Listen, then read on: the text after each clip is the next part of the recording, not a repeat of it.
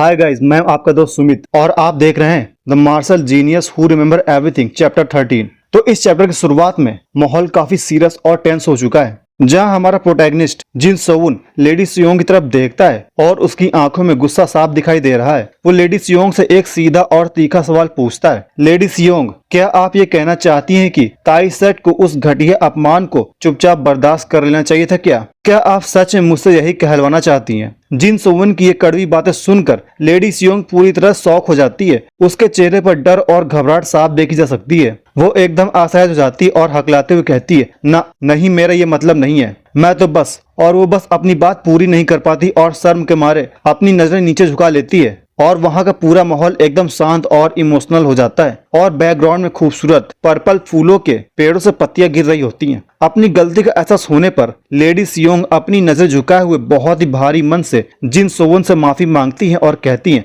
I am sorry. वो अंदर ही अंदर सोच रही होती है कि कोई भी नॉर्मल इंसान इस तरह की बातों को कभी एक्सेप्ट नहीं करेगा। अगर वो खुद यंग मास्टर जिन की जगह होती तो उन लोगों को कभी माफ नहीं कर पाती। लेकिन तभी जिन सोवन पासा पलट देता है और एक बहुत ही मेच्योर और बड़ा फैसला लेता है। वो लेडी सियोंग की सिचुएशन को समझता है और शांति से कहता है, खैर, मैं तुम्हारी सिचुएशन समझ सकता हूँ, इसलिए प्लीज अपना सिर ऊपर करो। भले ही ये माफी उस इंसान की तरफ से नहीं है जिसने ये सब रायता फैलाया है, फिर भी मैं तुम्हारी इस माफी को एक्सेप्ट करता हूँ। पर जाते जाते जिन अपने मन में सोचता है कि वैसे भी उस सेक्ट लीडर से माफी की उम्मीद रखना भी कुछ ज्यादा ही बड़ा लालच होगा। जिनको अच्छे से पता है कि असली गुनाहगार कभी अपनी गलती नहीं मानेगा। और भाई, बात यही खत्म नहीं होती, क्योंकि लेडी सियोंग अभी भी काफी नर्वस और गिल्टी फील कर रही है। वो हिचकिचाते हुए कहती है, मैं पक्का ये बात अपने दादाजी तक पहुंचाऊंगी। तभी हमारा प्रोटैगनिस्ट एक चिल और कूल वाइब के साथ बात को संभालता है। वो एकदम स्माइल के साथ कहता है, अरे अब हमें इस नफरत और बड़े लक के सिलसिले को आगे बढ़ाने की कोई जरूरत नहीं है।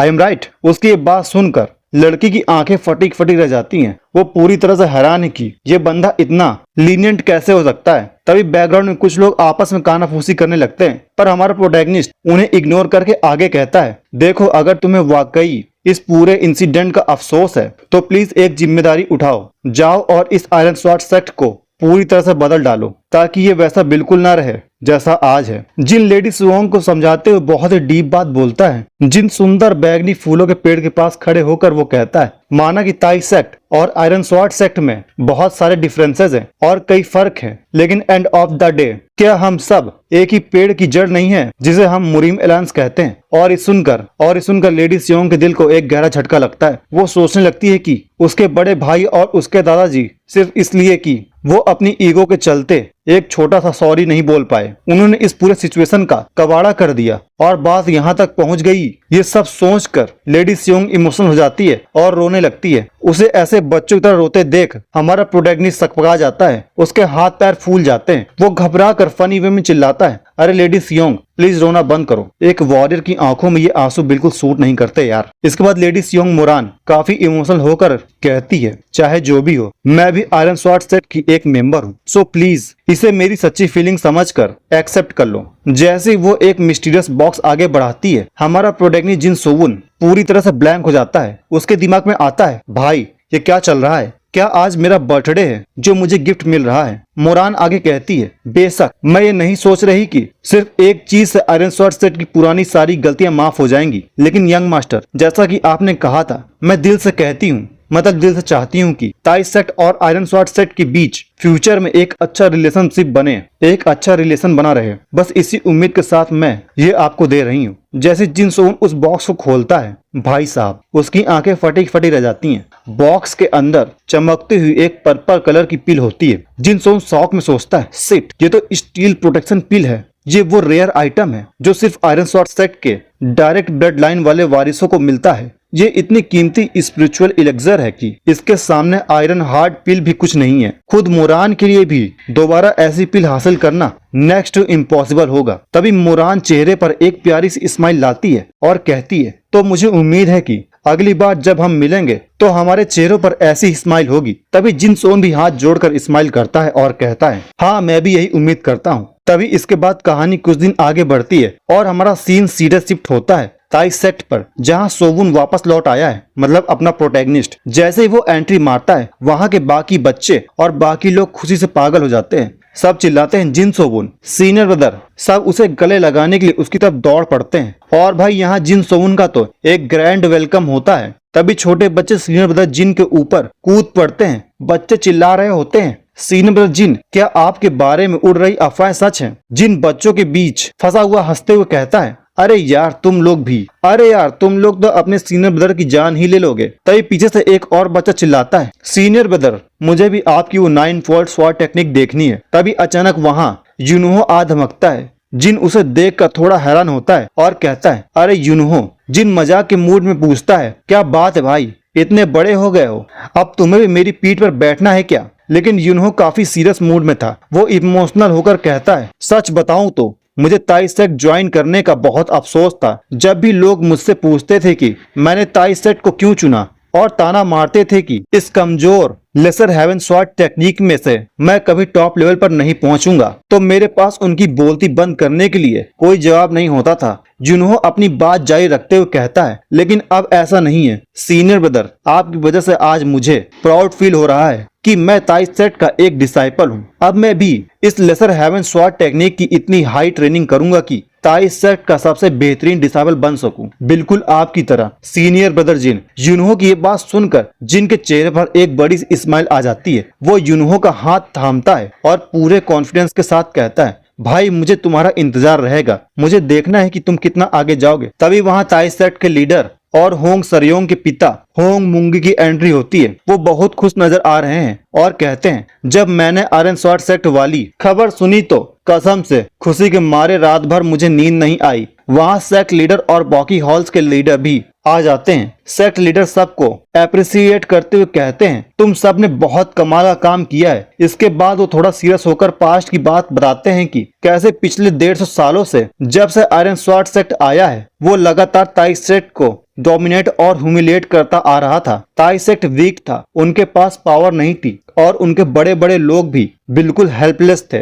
वो इस बात से काफी गिल्ट में थे कि उनकी इनकॉम्पिटेंस की वजह से उन्हें सब कुछ सहना पड़ा था। लेकिन अब सीन पूरी तरह से बदल चुका है, क्योंकि जिन सोवुन ने एक अकेले इस पूरी सिचुएशन को हैंडल कर लिया है और उनकी सभी प्रॉब्लम्स को रिजॉल्व कर दिया है। सेक्ट के एल्डर इमोशनल हो जाते हैं और सोचते हैं कि जो काम बड़े बड़े एडल्ट्स नहीं कर पाए वो इस छोटे से बच्चे ने कर दिखाया। वो जिन सोवुन के लिए काफी ज्यादा थैंकफुल तो होते ही हैं, पर साथ ही उन्हें थोड़ी शर्मिंदगी भी फील हो रही होती है। तभी एक्सटर्नल हॉल लीडर थोड़ा इमोशनल होकर बोलते हैं, जिन सोन ने इतना बड़ा और इनक्रेडिबल काम किया है तो क्या हमें एक ग्रैंड फीस्ट या पार्टी नहीं रखनी चाहिए? पर तभी उनका सेक्ट लीडर बिल्कुल स्ट्रिक्ट और सीरियस एक्सप्रेशन के साथ तुरंत मना कर देता है और बोलता है, एब्सोल्युटली नॉट। वो आगे बोलते हैं, अगर हमने आज एक बड़ी पार्टी दे दी तो क्या तुम्हें फिक्र नहीं है कि अगले 6 महीने तक बच्चों को बिना ढंग के खाने गुजारा करना पड़ेगा? भाई हमारे पास बिल्कुल बजट नहीं है। तभी एक्सटर्नल हॉल लीडर आर्ग्यू करते हैं कि ये कोई आम बात नहीं है। जिन सो ने ताई सेक्ट के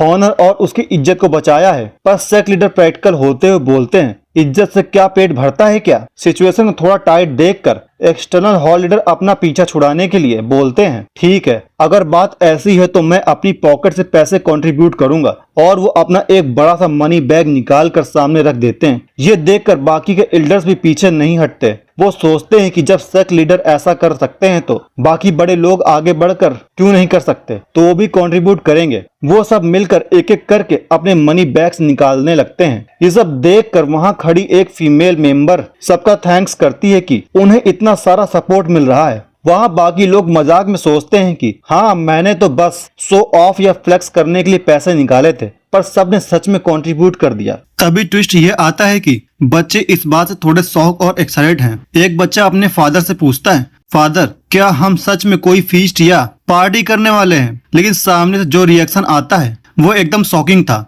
बंदा गुस्से में चिल्लाता है, दावत? तुम लोग क्या बकवास कर रहे हो? जो अपना अजीब सा चेहरा बनाकर कहता है, यार आजकल मुझे थोड़ा कम सुनाई देने लगा है, तो तुम्हारी बात मुझे ठीक से समझ नहीं आ रही है। तभी पीछे से कोई खुशी से नाचते हुए कहता है, अरे अगर इतना सब मिल गया तो हम दिन में 3 टाइम मजे से मीट की डिश खा सकते हैं। और ये सुनकर हमारा प्रोटैगनिस्ट बस देखता ही रह जाता है और मनी मन सोचता है, चलो मुझे पहले से ही अंदाजा था, लेकिन भाई बहुत बड़ी राहत मिली कि ये आखिरकार नॉर्मल मूड में वापस आ गया है।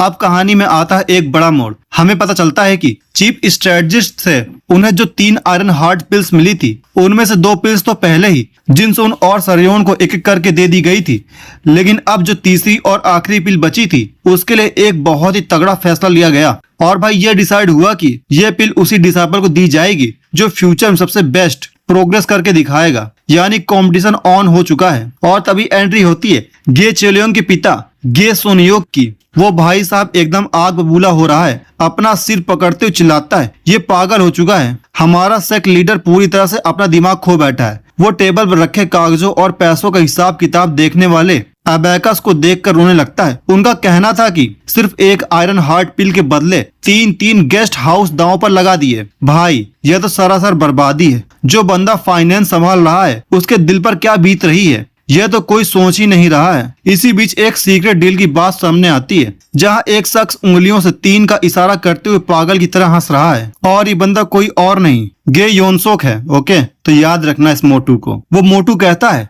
अगर तुम सिर्फ एक आयरन हार्ट पिल हमारे चियोल को दे दोगे तो मैं तुम्हें बदले में 3 गेस्ट हाउस दूंगा। वो आगे बताता है मैंने आयरन स्वॉर्ड सेक्ट में जो कुछ भी हुआ सब सुन लिया है। जब हमारा ताई सेक्ट लगातार मुश्किलों का सामना कर रहा था तब इनका सीनियर डिसाइपल चोलियोंग बस एक साइड में बैठकर आराम से शराब पी रहा था और तमाशा देख रहा था। और ये बात सुनकर सेक्ट लीडर गुस्सा 7वें आसमान पर पहुंच जाता है। वो बहुत ही सीरियस और गुस्से वाले लुक में कहता है हमारे सेक्ट का वो प्राइड, वो सम्मान जिसे हमने अपनी जान देकर प्रोटेक्ट किया, क्या तुम उसे इस तरह कौड़ियों के भाव बेचने की कोशिश कर रहे हो? तभी साइड में खड़ा डिसाइपल मुंह में पत्ती दबाकर एकदम कूल अंदाज में कहता है, मतलब अपना जिन सोवन। वो कहता है लेकिन सर इस फैसले की वजह से तो जो बुसेंग हॉल की जूनियर डिसाइपल है वो अब पहले से कहीं ज्यादा मेहनत कर रहे हैं। मगर फाइनेंस संभालने वाले बुजुर्ग का गुस्सा शांत नहीं होता। वो चिल्लाकर बोलता है अबे ओए, ये कोई और नहीं बल्कि भाई अपने जिन सोन के फादर जिन टाइसन है। ओके, वो जिन सोन को बोलते हैं अबे ओए,